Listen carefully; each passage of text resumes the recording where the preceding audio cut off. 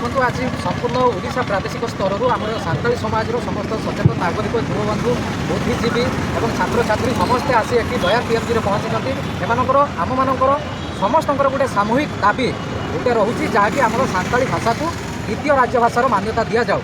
अविलंबे सरकार ए दाबी को मानियापाई बाध्य हूँ और आम जो दाबी नहीं आसू ए दाबी पूरण न होगा पर्यंत यह लड़े जारी रमें। अच्छा आ गोटे कथा ये निजे मुख्यमंत्री मोहन माझी थिला बेले आपण सभापति माझी अच्छा आप या विषय के माझी साहब देखा कले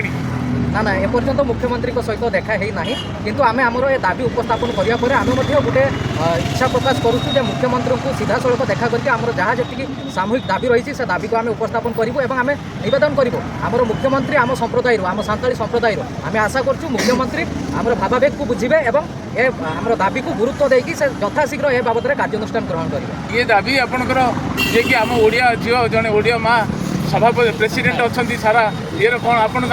बाबद जब थर आसा के अवगत कले कि निश्चित भाव में आम आम संगठन तरफ नहेले भी विभिन्न आम सान्ताली संगठन तरफ राष्ट्रपति महोदय को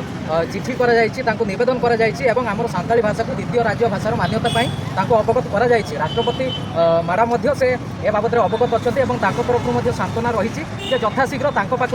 खबर बा कौन ऑफिशियल फॉर्मेट चिठी पहुँचले से निश्चित भाव में तार कार्यानुष्ठान से सहयोग करेंगे। शेष अनुरोध कौन रही सरकार सरकार को यह अनुरोध रही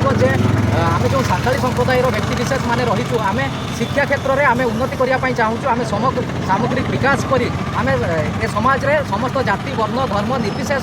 सबू जाति सह सबू वर्ण सह आम समांतर भाव सम्मान जीवन यापन करने चाहूँ से एक मूल उत्स हूँ आमर भाषा ए भाषा को आम द्वितीय राज्य भाषार मान्यता दि जाऊपर आम शिक्षा भित्तिक स्तर अति सुदृढ़ होगा और आम सान्ताली समाज ऊपर को उठिब।